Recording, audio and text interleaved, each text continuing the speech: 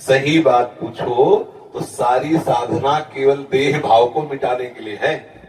देह भाव मिट्टी, जो भाव करो वही आनंद में डूबो, चाहे आत्मस्वरूप ब्रह्म भाव करो, चाहे भगवत भाव करके सखा सखी गोपी गोपा जो चाहो भाव कर लो, क्योंकि आत्मस्वरूप कैसा भाव करो जैसा। विचार करना, जैसे मानो एक सन्यासी है, वो आत्मस्वरूप को निर्गुण निर्विकार देख रहा है, अनुभव में आता है ना। एक भक्त है, उसे दास रूप में देख रहा है।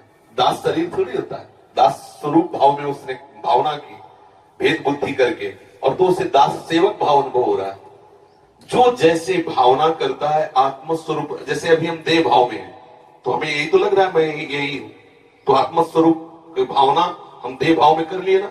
अब इसे हटाइए, आप जो भाव कीजिए। अंतिम समय यदि मृग का चिंतन करते हैं तो आत्मस्वरूप मृग स्वरूप में प्रकाशित हो जाता है। भरत जी को देखो, अंतिम समय में स्त्री का चिंतन करते हैं तो पुरंजन अगला जन्म स्त्री का। आत्मस्वरूप कैसा भाव करो जैसा, कोई भाव ना करो तो मुक्त हो गए। समझ गए ना, कोई भाव नहीं, मुक्त हो गए। अगर भाव कर रहे हो तो किस कोटि का कर रहे हो, जो कर रहे हो उसी का फल है। अपने लोग क्या भगवत भाव, अपने लोग क्या सखी भाव, अपने को सखा भाव, अपने को दास भाव, जो भाव करो सो वो आपको प्रभु ऐसे ही अनुभव, आत्मस्वरूप प्रभु है। और कोई भाव नहीं तो जीवन मुक्त हो गए।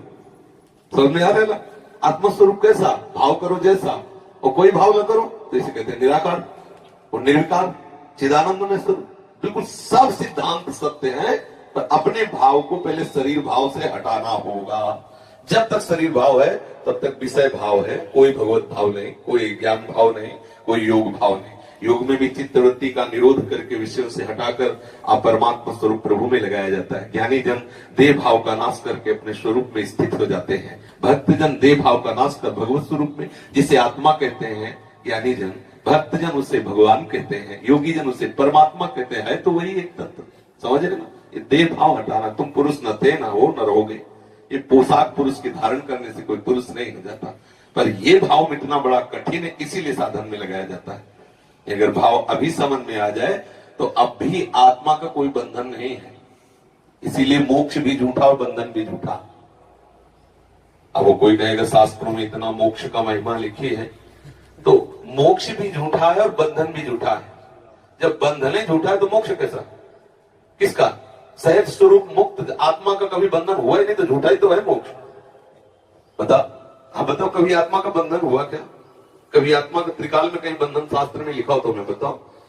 तुमने माना, तुम्हारी मान्यता ही बंधन है, तुम्हारी मान्यता ही मोक्ष है। तब के वो मान्यता जितनी जल्दी तुम बंधन से हटा पाओ उतनी जल्दी मोक्ष को प्राप्त हो गए। यही मोक्ष है, न बंधन है न मोक्ष है। बंधन और मोक्ष ये मन की मान्यता के अनुसार है। आप अपनी मान्यता को मन से हटाकर स्वरूप में स्थित कर सकते हैं। इसी के लिए बहुत से साधन बताए गए, ज्ञान मार्ग, कर्म योग मार्ग, भक्ति योग मार्ग। जिस मार्ग से चले, ये प्रपंच का जो है, ये वैराग्य भाव जब तक नहीं आएगा तब तक आंतरिक बातें समझ में नहीं आती। चाहे प्रवचन जितना कर ले, चाहे जितना सुन ले।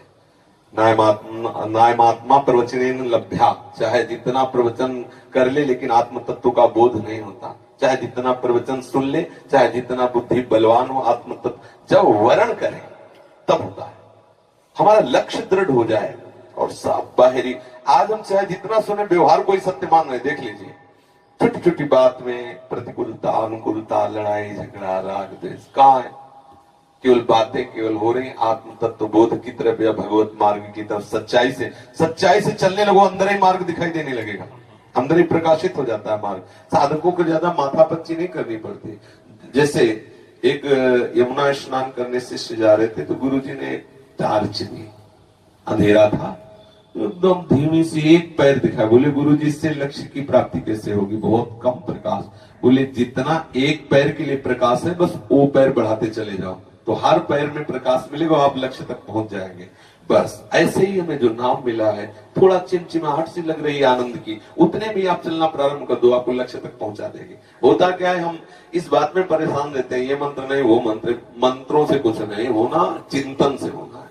आप चिंतन सुधार लो, अभी ठीक हो, अभी आनंद आ जाएगा। कुछ न जपे, कुछ न जपे, कुछ न चाहे, जीवन मुक्त हो गए। ये जितना चाहे संन्यास मार्ग हो चाहे भक्ति मार्ग हो, ये जो नाना प्रकार के भागवतिक बातें हैं, ये विषय चिंतन मिटाने के लिए है। एक स्थिति ऐसी आती है, पूर्ण कृतकृत्यता का अनुभव होता है, वो जप वाला भी नहीं रहता। और संतों ने तो इतना कहा है कि आराध्य देव ही उसका जप करते हैं, वो तो पड़ा रहता है।